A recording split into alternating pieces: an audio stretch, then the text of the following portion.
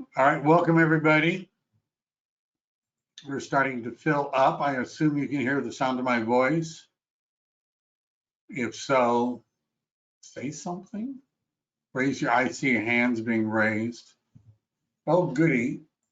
Even some people are typing in. Well, that's cool. All right, so today, now, we're going to talk about how to do a market analysis on a property and pricing strategies and how to do a net sheet for a seller.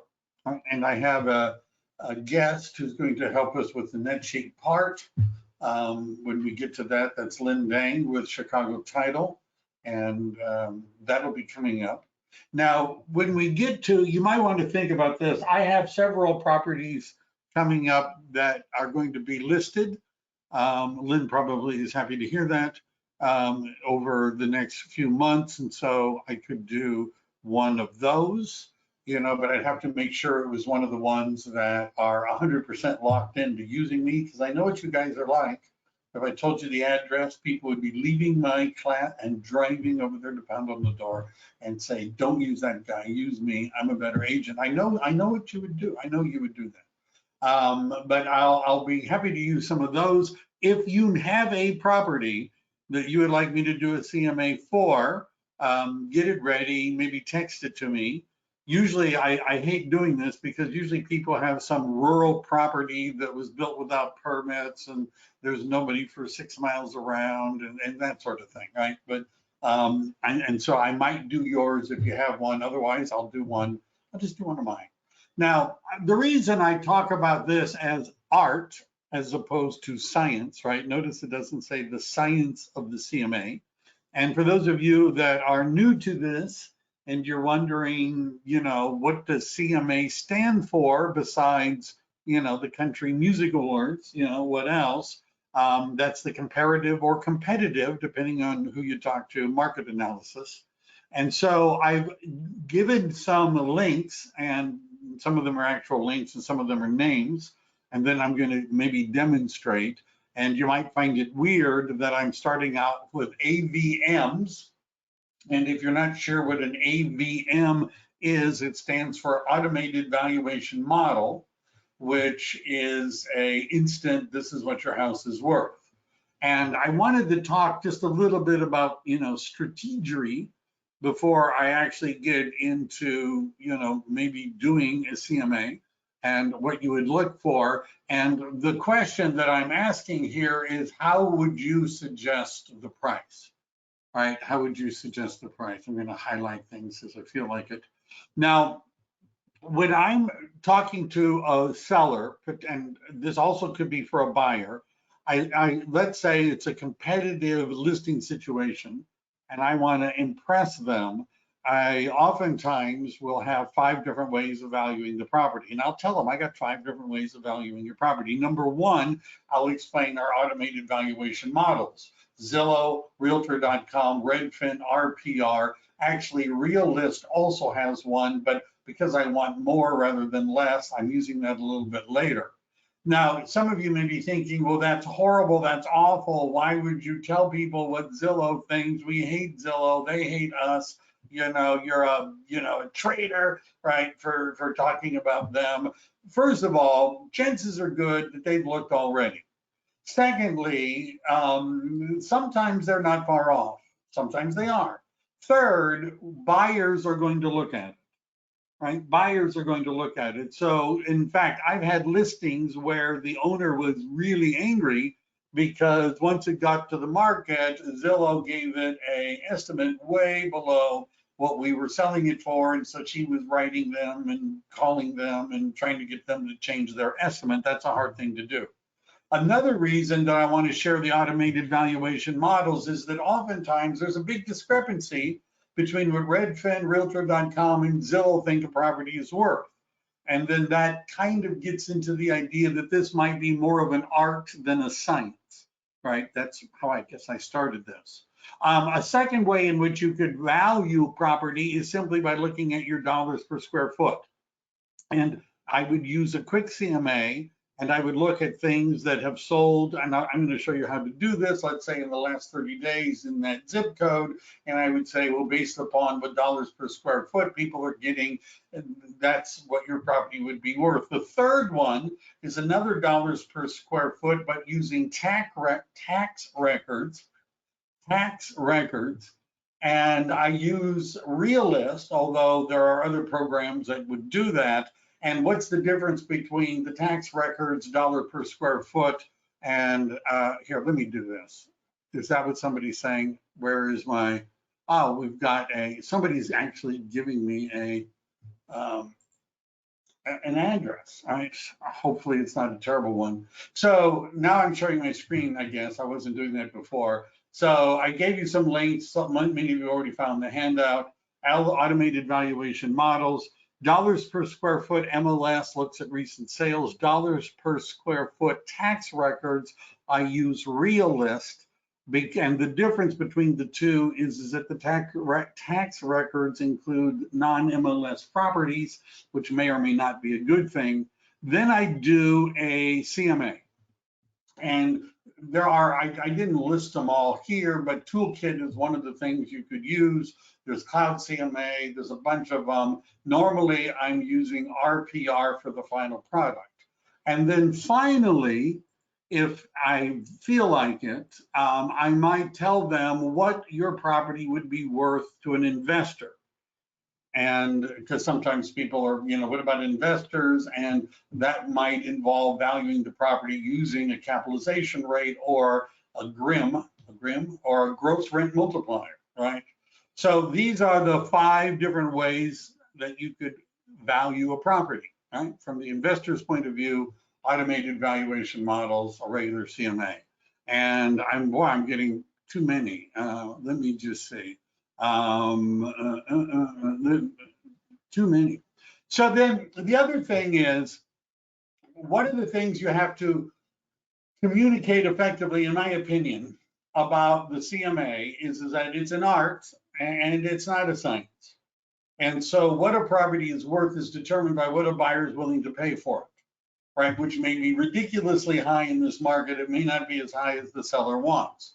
So when it comes to the strategy, which is not necessarily the same as the CMA, there are 3 strategies. One is we're having a sale, right? And that's where we deliberately list your home below the market value in order to create a feeding frenzy so that the open houses look like anthills with everybody crawling over each other. We're going to get multiple offers, maybe 10 to 30 offers if we do that right. We're more likely to have non-contingent offers. That's the way to get the most money. The second strategy is called Price is Right. That's where we look at all of the comps and everything. We take out our calculators, we figure out what we think the property is worth, we list it for that, and we stick to it. I'm being asked, is this a document that would be sent out to you? No, but in the handouts, you will see that there is a copy of this document.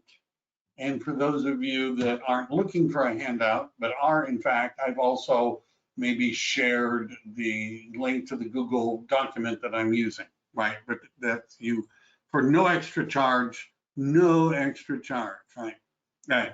So Price is Right is where we think, we calculate, we come up with the number we think is right. We list it for that. We won't budge. Sometimes it doesn't work. And sometimes we get a couple of offers. And then the final one is the needle in the haystack. And the needle in the haystack is when we list it for way above what we think it's going to sell for, because we could always come down later, couldn't we? And I point out that in the real estate industry, we refer to those as expired listings. Right? Or when they hit the market, I call them a pre-expired listing, right? This is one.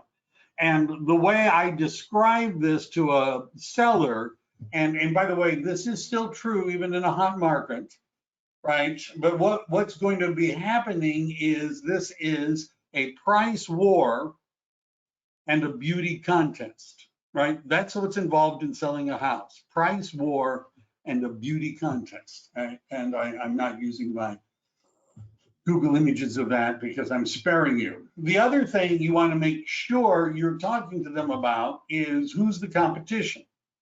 Because normally there's going to be 2 or 3 properties that are on the market that are more of direct competition. And one of the things we point out is that if we price our property lower than theirs or higher than theirs, it's going to have an effect on which one sells first. And that as a general rule, there's 2 kinds of homes that are on the market. They're the ones that are selling quickly, and then there are the ones that help the other ones sell quickly. We want to be one of the ones that help that sell quickly. That's what we want. And by the way, this is a pro tip bonus, right? Yesterday I did a class for my coaching group on advertising for farming. I'm going to throw out this as a possibility, but I had a marketing piece and this is what it said. It said, name your price. That's what it said, name your price, right? And I suggested maybe that we could list our home for 30 days. And if it was an owner occupied property, we're only going to show it on weekends. And that they're going to have up to 60 days rent back without having to pay rent. If you're interested, give me a call. If you're interested, give me a call. We're in that kind of market, but those are just some suggestions.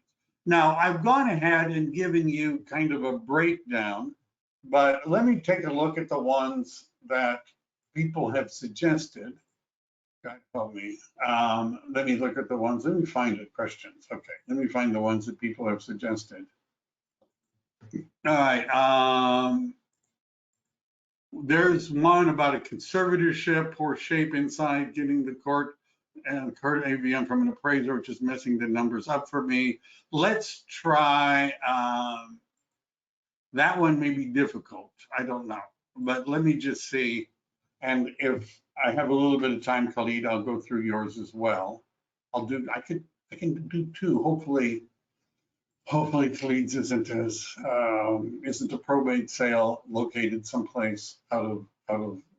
So what would I do first? All right, first thing I would do. Now I've copied most of the address.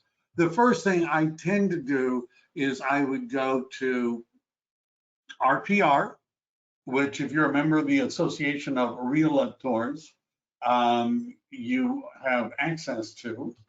I'm going to see if that's willing to find it for me. There it is. Beautiful home, curb appeal, right? Now, those of you that, when I talked about the listing presentation, one of the things I suggested is go take a picture of the house, right? Go take a picture of the house, right? And can everybody see why it might be good to have a real picture of the house rather than that?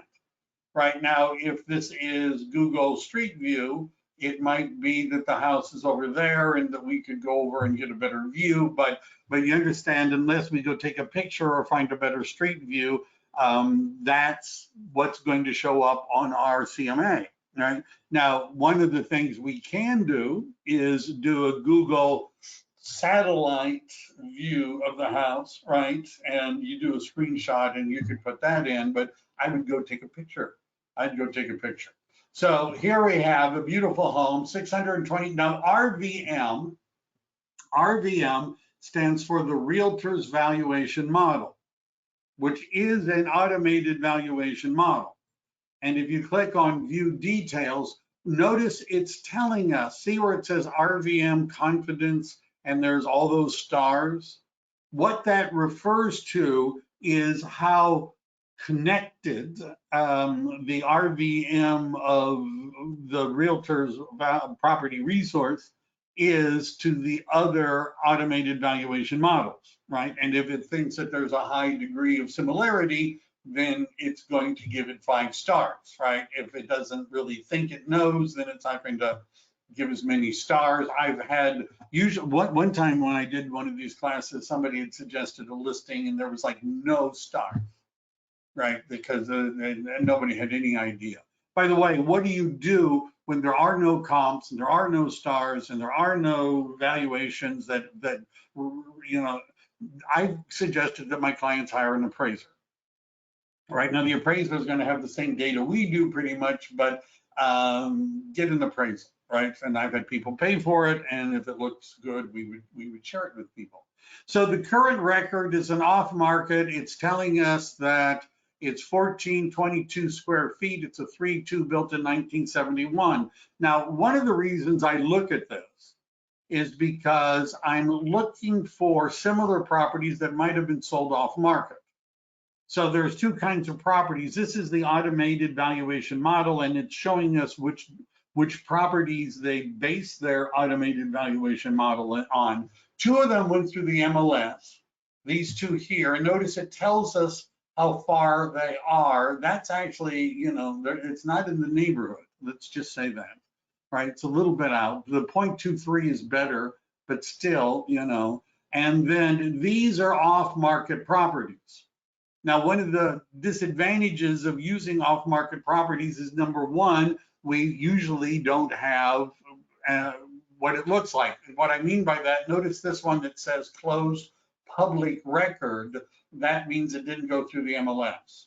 Now, this one that says closed for sale went through the MLS, and you can kind of tell because it looks like there's inside pictures, right? But all of these public record ones are non-MLS properties, which means we don't know what they look like. So why am I looking at this page? What I'm looking at this page is I'm paying attention to the square footage, bedrooms, bathrooms, and year built. And now I'm going to scroll down. Look at this. Here is same square footage built in 1972, you know, part of probably not very far away, like right in the neighborhood. And it sold, it said public record. Now, what I'm going to do is I'm going to look at that dollars per square foot. And if that property fits within the range, which it might not, because you'll notice that the automated valuation model is 443 and this a square foot, and this is only 415. But if it fits in the range, I might use that property. And I would tell the owners that this was sold off market, which sometimes is not what's called arm's length. In other words, it might be them selling to a relative or to a child. I guess that's a relative, but anyhow, it's not necessarily a put it on the market and get as many people as possible to bid on it. How did I get to that page, this page? All right, so the way I got to this page is when I'm looking at the automated valuation model in RPR, you either click on the number or click on view details. Right, that's clicking on view details. If I click on the number, I see the same thing. By the way, if I'm in a hurry, like let's say we're doing open houses, right? I have a team of people, we're doing open houses and we're in a hurry. And what should I tell my team about what that property might be worth? Sometimes I just give them this because it's sometimes close. All right. So I'm looking particularly for things that are the same square footage, built the same year, same configuration. Here's one. This is again public record for 415. Here's another one down here, 1972, 439. That's also a public record one. It looks close to the value that I think it's going to be. Here's another one, but notice this one is really low. That's the problem with using the public records, is sometimes the dollars per square foot are very, very low, because sometimes it was built by a flipper, sometimes it was bought by a flipper, you get the idea. So I'm going to just look at this. But if I saw something that I'm thinking I'd like to use, now of this group, this is the one that it's $439. That's kind of close to what the computer thinks it's worth. It's exactly the same model. So what I might do is copy that address. Okay? And I'll show you why later, right? Why later. All right, so I've done that. Now, the other thing that I'm going to do is I'm going to grab the address, and then I'm going to log into the multiple listing system. And I've given links, by the way, to some of these things in CRMLS and Paragon. If you're in Rapatoni territory, I didn't have time to do that. That would be San Francisco, Metro List or North Bay. Anyhow, I'm going to look at everything.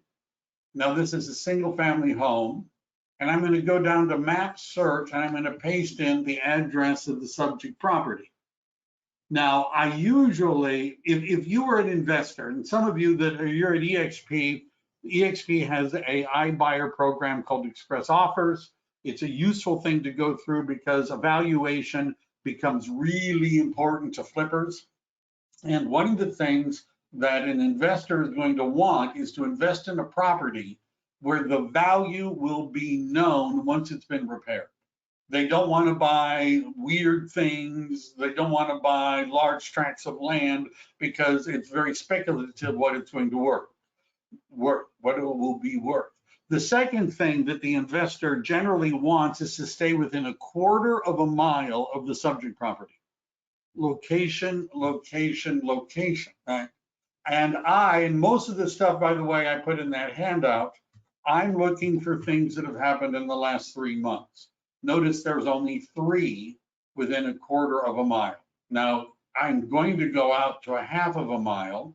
There's now 16, right? There's now 16. Now, I'm going to probably just look at it, right? Now, what this is going to show me is none of these are exactly the same model, right? None of these are exactly the same model because it's not the 1442 square foot. It's not. Sometimes what I would do at this point is select them all and do a quick CMA. Remember, one of the ways of valuing a property is dollars per square foot for the area. Now, sometimes I'll do a bigger area and sometimes I'll do the zip code. But if we look at this, it's going to show us that on average, people within a half of a mile are getting $407.76 a square foot, right? Average, right? And so what is the square footage of this property? 1442, I believe it is. I would multiply that by the 407.76. And by the way, I actually would produce a sheet that I would give to the sellers that have the AVMs and then those 5 different ways. It might actually have all 5 numbers. Right now, I'm not doing the cap rate one. I'm just not. Now, what this is showing is if we look at this, the average days on market was 12. The average was 1603, 407 square footage. And they listed it for 613 and sold it for 623. That's useful for me because it gives me something of a factor by how much people are bidding up on average. Now, if we look at some of them, there might be bigger differences. Some people are getting close to what they listed it for. The average age is 42.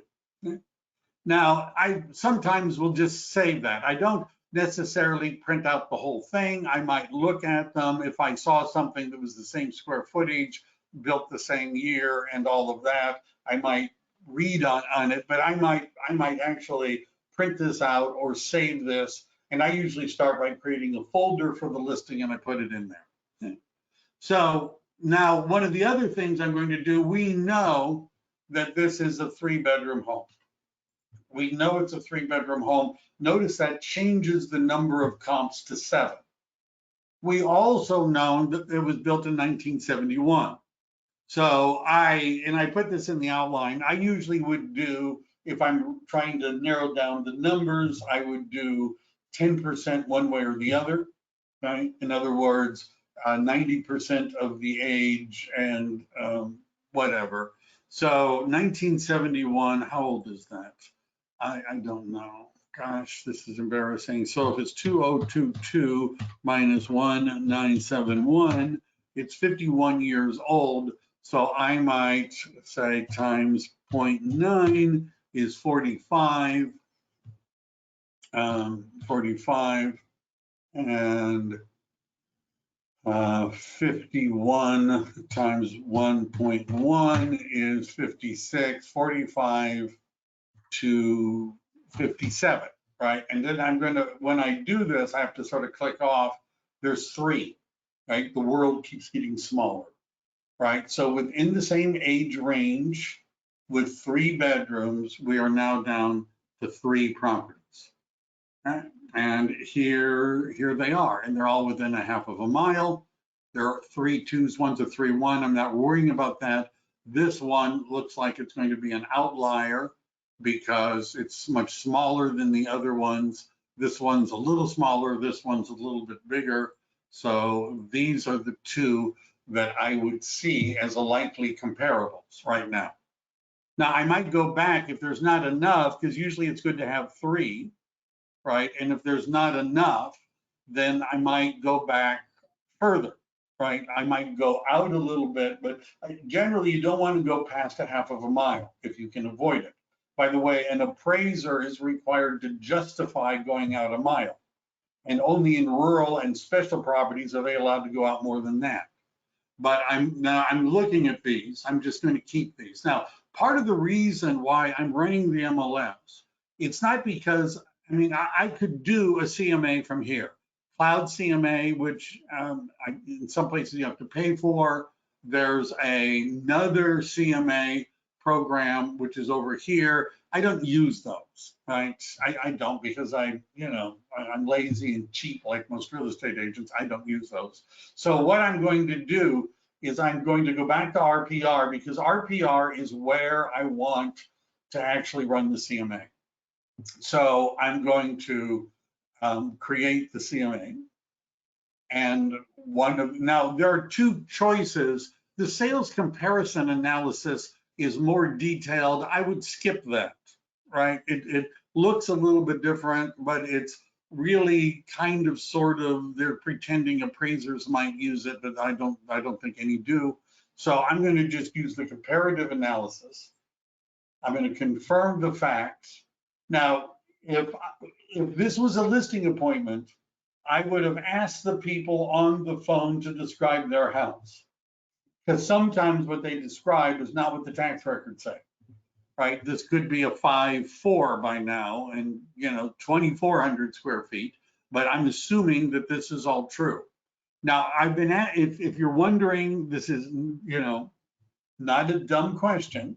I've been asked this question many times. If I were to change it, like I were to say it's 5 or 4 or put in a different square footage, this is the question I've been asked many times. Does that change the county records? The answer is no. It would be chaos if real estate agents were able to change the county records. But what it will do, this is really a 5.3 or a 5.4, is that when it's doing its analysis of the comparables to the subject property, it's going to be using the numbers I put in. Right, so that's why we would do this only if there are things, and usually it means they were built without permits. So we're just going to confirm that. All right, then we're going to go to find comps.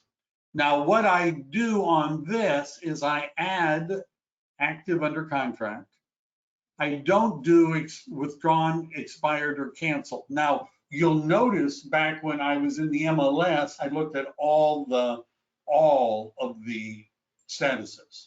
And there was a withdrawn and there was an expired. Now, neither of them were the exact square footage.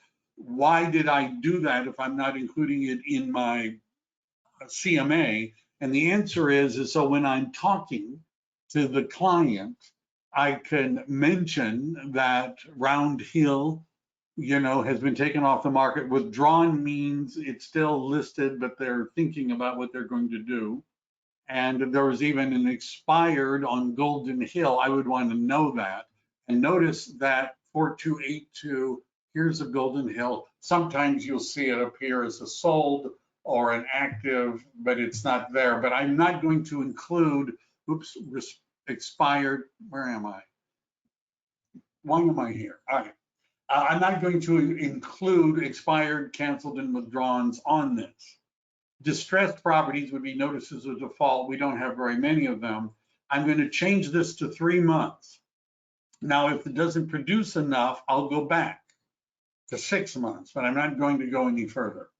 Now, because I'm lazy, I'm efficiently use my time, I usually just take radius, put it here, and I go out about a half a mile and I search in this area.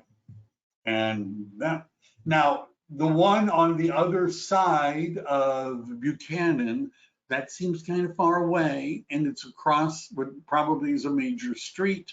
But anyhow, and what I'm going to do is keep in mind this information up here: 1422, 8,000, 32, 1971, and then I'm going to scroll down. Here we have a 32, 1972. Click on it. 42. I'll use it, but only if I don't have enough 3-2s. 3-1, 3-2, 1978. That means it wasn't built in the same subdivision. Here's a 3-2 pending sale. Now, the thing with the pending sale, that's a really low dollars per square foot. Now, we don't know what it sold for. We only know what it went pending for. But if you contact that agent that has listed 1115 Jensen and you say, hi, look, it was on the market for 235 days.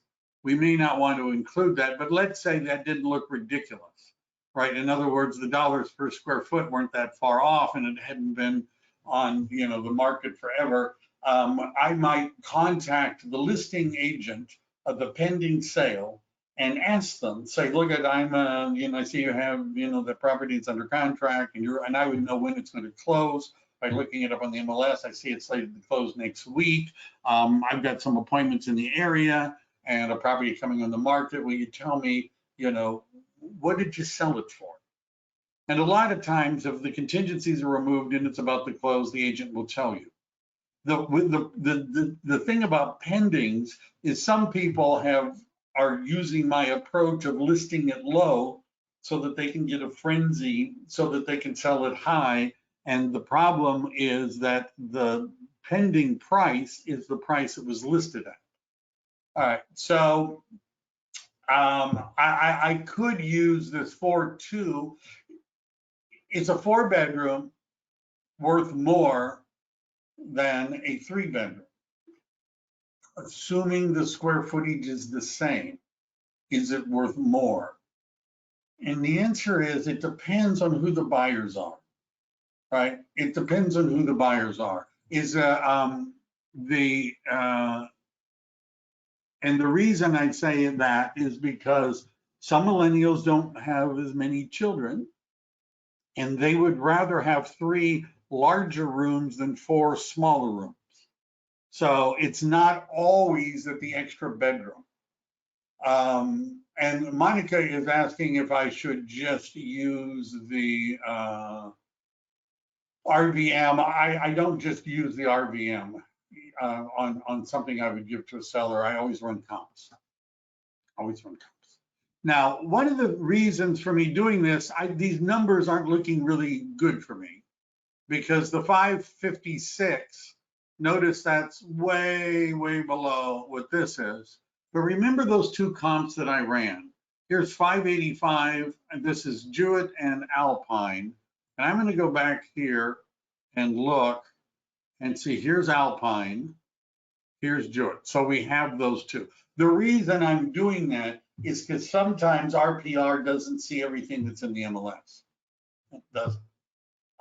This 4-2, I could use it. See, what this is going to end up doing is giving us a range. Now, depending upon the condition of the property, in fact, now it's coming back to me that this property might actually be a bit trashed.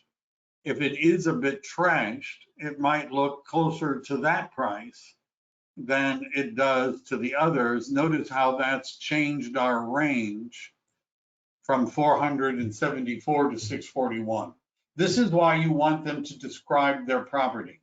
This is why you ask them on a scale of 0 to 10, with 0 being 0 and 10 being perfect, how would you rate your house? Right now, if they say it's a 2, right, then some of these that are getting high dollars per square foot may not be comparable, right? But this is giving us a range. It's giving us a range. Now, 4. It's a 4. Huh. Okay, I'm going to update the valuation close. Now, notice it gives me an opportunity to adjust the comps. This is a dangerous thing, right? Power must be used wisely, right? Now, what this would allow me to do is, let's say I've looked at Alpine, and so I would have, again, it would help to know what the condition of the property was. It wouldn't hurt to see it. By the way, on properties that have issues, there's no reason why you can't do a two-step appointment where you say, let me come over and take a look at it and get a sense of what its condition is, and then I'll get back to you. That's what an appraiser would do. Right, but if I'm looking at, and let's say this one on Alpine looks really good, and ours is a dog, then notice it says here, how does this property compare to the subject? Well, let's say this property is like way better. Notice what it's doing, it's adjusting based upon my movement of the slider. Right, now, again, that's a dangerous thing, because notice this isn't 100% accurate. It's just moving. I'm moving the slider, right? How does the subject property compare to this one? Maybe this one isn't quite as nice as the other one.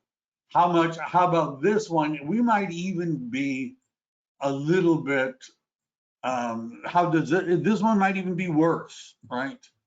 Again, you'd want to look at the pictures, and so you can move the slider a little bit in order to make adjustments. Now notice it's only adjusted it by about 30,000, right? And because we've moved the slider, how does this property compare to the subject property? Let's say it's the same. Notice it's now changed it to 41,000. This is an art, not a science. The number we come up with is not important. It's only a indicator. And if we do the right pricing strategy, we're not going to need to worry about it, because we're going to price it low enough so that it'll create a frenzy and we'll get multiple offers. The goal is not necessarily to hit it right on the number. And there's some other comps which I could look at. And again, I could move the slider. That one I've already said is the same. Palo Verde's 451. This one is way better. And this one here on Jensen 450. 333 per square foot. That's not very good.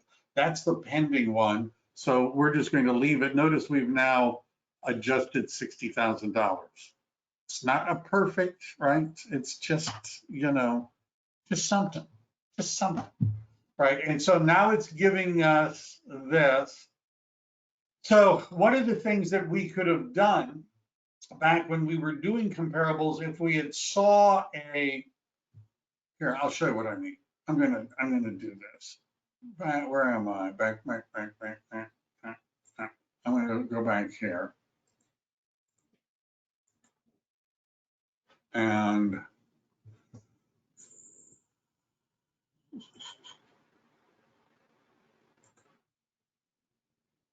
this is just an example.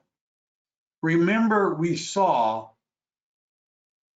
1422, this one here, and it's closed public record. I'm going to copy that. Is that one of the ones we have? I don't know.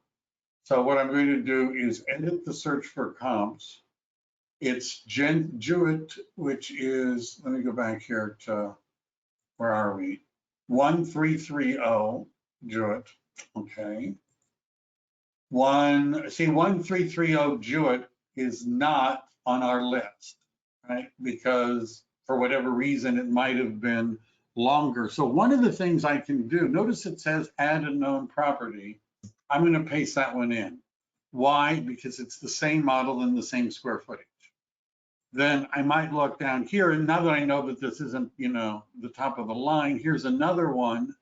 Also, same year, same square footage. I'm going to copy that, and I'm going to go back here, and I'm going to add that as well. Okay? Just going to add that as well. Now, what that's doing is it's adding these others that are off market, that have sold. I'm going to warn the seller that that may or may not be a good, match, because, We don't know what they look like, but here's another exact same model. And I'm going to add that too. Right. See, I'm not tripping about what's this going to show because my goal is to list it at a price low enough that we're likely to get multiple offers. But so if I see some things from the off market that are the same square footage, the same year, I might just throw them in because first of all, many other agents won't do that. The reason they won't do it is because it's not in the MLS. Right? These were off market, and so they don't have them. But the owner of the property might know about those other sales because they're chatty with their neighbors. It's Jensen, not Jewett. Which one did I put in? Well, I copied the ones I wanted. But have I done one twice? You're not saying I made a mistake, are you? Alpine, Jensen, but there was another one. 1422, Horan, Alpine. Nah, I said it wrong. All right. Okay. So what we've got something, right? And I'm going to click on create report. And I don't just send people the whole seller's report. It's 81 pages, 81 pages. Good God. So if you click where it says report, I go through. Now notice I've unclicked a whole bunch of things. By default, I've unclicked them. And these things that I've unclicked are recent market activity, selected market activity, actively, I mean, because this is just everything that's happened in the zip code, right? And I'm just not into it, right? And so all I want is this stuff. Now, even some of this stuff, like property photos, if there aren't any good ones, people may not like it that you're showing them the one from Google. Historical photos would be if it was in the MLS, AARP livability index, whatever that is. And so I may get rid of those photos because I don't really care. And I'm going to click on run report. Now, what I may do is just to display it now and take it with me. Sometimes my relationship with the potential seller is such that I just want to send it to them, right? I just want to send it to them because I want them to look at it and tell me, you know, hey, our house is worth more than that, or really, that looks pretty good. But it all depends how competitive this is, right? Whether or not I would just email it to them. But if I click on display now and I run report, there she goes, right? And it's running the report. All right. So Khalid, I may not have time to do yours as well, but I don't know. She asked first. And if you want help, let me know. All right, we can do that. So there are a lot of different ways. If we go back to my thing about the CMA, there are a lot of different ways of doing CMAs. There's lots of different programs and things like that. And by the way, one of the things that I always would do, right, is I would take this and I just copy this and I paste it in. And so what does realtor.com say? What does Zillow say? What does Redfin say? And so what we're looking at is, this is an off-market. Open Door thinks it's worth $649. Yeah, I'm not sure about that. And realtor.com, if we scroll down, sometimes, so realtor.com, notice, is giving us 3 different estimates as well, which I've at times copied and just paste them into my thing so that it looks like, you know, I'm doing research. But Quantarium, CoreLogic, that's what they think, right? And so right now, this is, I don't know. So that's, oops, I didn't want to do that. But anyhow, I don't know. So I might look at that. I'm going to, this estimate is 635. Of course, they haven't seen the property, and Red Finney thinks it's someplace, look at that, between 604 and 710, which is a big range, right? A big range. Can you email that report to me? All right. So I'm getting a referral fee on this, right? Isn't that right? Sorry. No, no referral fee. Huh? Oh, well. All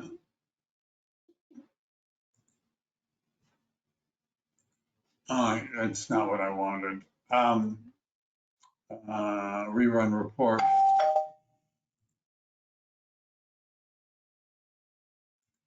I don't know. I have to get back to the beginning of that.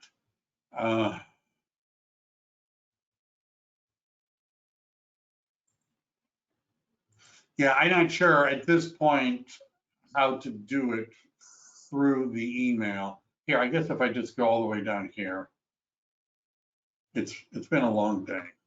All right, there we go. Yeah, that. All right, it's on its way. Okay, now, obviously, knowing what the property is worth in advance is important. I'm going to save this address. And I don't know, Lynn, why don't you speak at least, Lynn, if you can? Hi. Hi. Mike. Can you see me? Because my camera is working. All right, let me see. Well, we all want to see you. I have to show all webcams. There you are. Much better. Right? I think much better. So, and you can, if you look at the screen, how about here? That's not it. How about here? Does this look familiar? Yep. Very nice. So one of the things you need to be able to do is to give a seller an idea of what their house is likely to net when it closes, right? How much are they going to net? That would be, a useful thing. And my suggestion is that you talk to Lynn at Chicago Title and talk to Lynn at Chicago Title and get an app for your phone, which I have. And by the way, even for buyers, the app that Chicago Title has sometimes is easier for the buyer to read and has more information than what the loan agent gives them. I hope Jody's not listening to this, but anyhow. So let's say we were going to do this. Notice, do you want to just tell me what to do, or do you want me to give you? Sure, let's do it. Okay, so before we start, I just want to point out a couple things. Somebody's at the door. Like it's loading. Yeah. So just click, what was it? Okay, or whatever that is. Next. At the blue button. So what's home link? And I will go into that in a little bit. So when you open the app, you will see the screen once. Skip. All right. So let me just say the reason, notice it says required, the reason that when you're talking to a seller, before you do this, besides asking them to describe the house, ask them, are there any loans on your property right now? How much are they? And do you know the outstanding balance? It doesn't have to be perfect, but close. And what's the interest rate? These are useful questions. Now, the reason for the interest rate question is interest, as I'm sure all of you learned in your licensing school, is paid in arrears, which means that if you're making a mortgage payment in February 1st, you're paying for January's use of the money. What that means is that if your escrow closes at the end of the month, then there's almost one full month worth of interest that's going to appear on the net sheet as a debit to the seller, which is why it's more accurate. And that could be thousands of dollars, right? And that's why it's more accurate if you know the interest rate. Right, Anyhow, sorry, go ahead. Perfect. No. You did it perfectly. So just FYI, before you start entering any figures into those fields, upper left-hand corner, you saw my picture there. Right below that, there's a drop down. So make sure you select the appropriate county.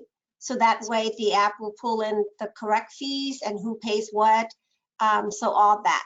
So if Michael is selecting Contra Costa, so then that means the buyers pay for title and escrow. Okay, so that's important. Just make sure you check on that before you enter any figures, because if you enter before and then you realize, oh, I need to change, it's gonna wipe out everything you just put in. Right, just like it's doing right now. Right. Okay, Correct. so if you have the property address, it's so important to enter it, because the app is gonna pull up hopefully the last year's property tax information and the loan balance on the house. Right, and if you know the interest rate, put it in. If you don't know the interest rate, you can skip it. Sometimes I've gone to the trouble when people were like in a probate or something, if there was a loan, of Google searching when was, like this one says the loan was recorded in 2012 for 178,000. So I might, if I didn't know, ask that which knows the answer to all questions. What was interest rates? What were interest rates like on homes in 2012? I'd ask Google. Google says something, right? Which is probably a lot higher than they are now. And based on that, I would put in what the average interest rate was in 2012. That's only if there is no easy way to get the actual number. There is. There's The an easy app way. will do it for you. So All right. let's go ahead and finish that screen. Skip it. Right, go. Skip. Yep. Skip. All right. Wow. So Okay. the app will do that. The app is smarter than me already. All right. So say if you scroll down and you enter, let's make sure we fill out the appropriate field. So put in the sales price, and we'll get to that. We just go down the line. So So what put do we in. think? Let's say we're going to sell this for 600,000. Right? Okay. And the Just- commission is default at 6, but say if there's, they negotiated and it's different, click on the wheel at the end and you can manually put it in. Say, for instance, I had one yesterday that the listing agent getting 1.5 and the buyer's agent get 2.5. So if you click on that, you can manually input it in there. Right. And I'm sure she's going to be getting more like 7 or 8%. So, but so finish that, and then you scroll down the repairs. So say if there's repairs needed, then you can just put the amount in there. If there's, say if you click on miscellaneous, say if you advance some sort of staging costs or things like that, then you can enter it there, okay? Right. Then you have property tax. Can I put in multiple items under miscellaneous? Yes. All right. So for example, if there was going to be inspections and reports, if the seller was going to pay for, I could put them in. If there was staging, the seller was going to pay for, I could put that in. Right. If there was a house cleaner that they were going to pay for, I could put that in. Right. Anything that will be deducted from the seller's net proceeds. And so I can put the item name, the amount. Correct. Do it again and again and again until I put them all in. All right. Right. Okay, so loan balance, in this case, just go ahead and put 200,000. All right. It was Now, 178. what you do is you click on the wheel for me, Mike. Right. So what is good about this is that, so it shows that that's the loan balance and it shows the interest. But if you don't know, for instance, so yours actually looks very different than mine. But anyway, you will select the year that the seller purchased the property, and the app will calculate what's the average interest rate on that year. And if you want to use it, you just click use and it will plug it in there for you. Sounds wonderful. Yes. I'm glad I'm listening to you. So that's new. That's fairly new. And then so then that you can use that interest rate if you want. If not, then of course the seller, if the seller remember it, then you can certainly put that in there.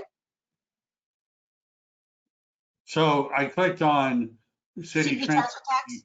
right, and there is none Okay, because your program would have known if there was. correct. And So make was, sure you do that on every property because, of course, as you know, every county has different cities that require cities transfer tax. So make sure you do that. And then, of course, you can put estimated closing date, 30 days, 45 days, whatnot, and click on compute.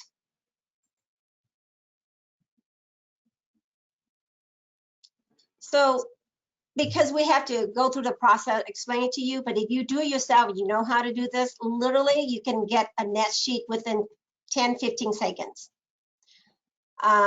So don't be afraid to play it. If you want access to this, text me and I will send you the link to download. It's free, doesn't cost you anything. And I can provide one-on-one training as well. There's more to this app than just NetSheet. All right, so from here, click on detailed closing costs if you want to see itemized of detailed closing costs. And if you want to edit any of this, you can click on edit and then make some changes, add, subtract, whatnot. Once it's done, just X out. Now you're ready to share. So click on share. On the right-hand side, you have many templates. The data, of course, is the same. So whatever looks you like to use, then just click on that. On the left-hand side, you can see right below edit property. If you click on that, you can enter the seller's name. You can customize it, make notes on there. So that's a good field if you wanted to add the seller's name to it. Right below that, you can translate this into other languages. cool. So go ahead. No, just saying cool, that's all. Yes, very cool. I had translated and show it to, like his Spanish speaking people, Russian, Korean, and they all say, and Chinese, of course, and they all say that it's the translation is very well done. So just FYI. Right. And now on here, you have the option to print it, save it, share it on social media. Now, if you were to do this, this is the web app version using the computer. If you use the app on your phone, you can actually share on like Instagram, Twitter, all that, and you can text it as well. Do homeowners generally want their net sheet shared on Facebook, Twitter, and things like that? No. However, this is just like for marketing purposes. And of course, if you don't put in an address, that's just a general scenario, right? I'm all right. Cool. And so I could like edit. You can see I need to add my picture and my logo, and then it would put it up. So the basic version is free. If you wanted to add your company logo, your picture, and get infographics, marketing material, all that, then you have to upgrade it. And it's only 99 cents a month or $10 a year. There you go. All right. I'm proud of you, Mike. You upgraded it. I did, you guys got my credit card. I know that. Deducted from my next closing. That's, I have agents. I'm sorry, go ahead. I have agents talk to me all the time and they say, I don't know what content to post on social media. Of course, there's so many resources. I'm sure Mike and I can share that with you. But here, just a few. No, go back up. If you click on right under infographics to the right, say see all.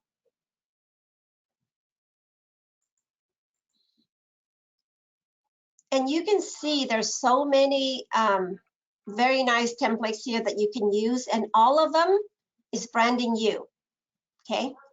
And you can just like, if one day and you wanted to post something on social media just to see what kind of tractions you get, or just something easy, takes just a few seconds to, be in front of your SOI, why not? If you're too busy that day to create something, use one of these. So that's infographics.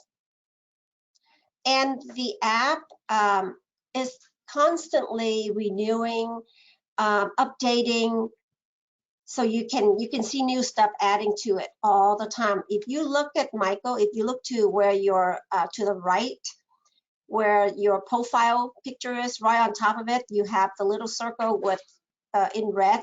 You can see how many updates. There have been 54 updates since I Last used last it. Or, used it. I use it on my phone more often, but yeah, so it's quite a bit of updates there. Okay, so that's infographics. If you scroll down, you have other features too. So filters are, these are fun stuff. So we all know Valentine's is coming up. And so you can use these filters and put in your, whatever you wanted to put in, either your business card. There's filter for open houses. There's filters for birthdays, just sold, over asking. There's many things that you can use for fun. all right, looks fun. Okay, and then videos, they added videos too. So all of these videos are personalized for you. Well, I mean, it's general for everyone to use, but at the end of the video, you want to click on one, maybe? It's Right. just 2 Are seconds. interest rates rising? Yes. All right. Rising rates. Do you have sound? Um, I think it's muted, yeah, on the video, yeah. we can hear you.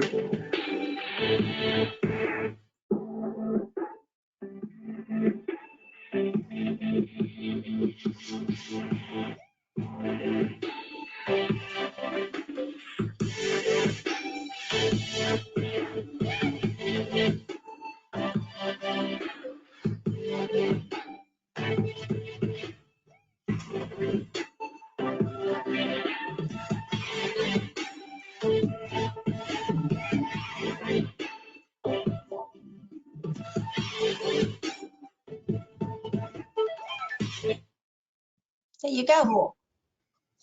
Yeah, I mean, it's great. Just something to post to be in front of your audience. All right. So back to videos. All right. All right. I'm going back. I'm going back. I was just going to, upload my picture. Of course. So there's a few of those. And then last but not least, the lead gen calculators. So these are actual calculators. So say, for instance, if you were to use the rent versus buy, and you post that on social media, your SOI have access to this calculator, and they can play with it. And if they have any questions, of course, they're going to reach out to you because you're the one that posted it, right? Right. So that's for $1 a month, you get all that. Wow. But there's no obligations, of course. If you want the free version, you can keep the free version. But I think that you're going to see a lot of benefits there. Well, compared to other services that are available to generate these kinds of things, this isn't, this seems like a bargain. It's great to have and learn how to use it, because you can use it at an open house. You can use it at your listing presentation. And we may do another one we'll do for buyers, right? Which it isn't that complicated, but it's the same thing. Having it on your phone, I've been in listing appointments where the owner was saying, what about this? What about that? What about, Right. kept giving me different pricing scenarios, which once you practiced is really easy to do, right? I mean, it's just real easy. And I've actually also had buyers, because sometimes the loan agents, what they give them don't really explain the closing costs that well. Because for whatever reason, and I do it on my phone. We're showing a property, and the buyer's like, we really like this property. What do you think our payment? What do you think it's going to look like? And then just give me a second, and I send it to them with the address, and it's got closing costs and that sort of thing, which is different. All right. Did you have more to say about this, or are we going to take I think questions? we're pretty much done on that, unless people have questions. And I just put my contact information on the chat. So Yes. if people can just text me with your full name and email address, I can certainly register you and send you the link to have access to it. Cool. Sounds good. I guess that's it. We've hit the end of our hour. I hope do you guys have any questions that we have not answered? This is your last chance. Or not? All right. Well, be that way. So I'm calling an end to this. I hope you found this useful. You might want to practice doing CMAs on properties. Right? Active listings, ask yourself, if you were going to do a CMA, what would you come up with?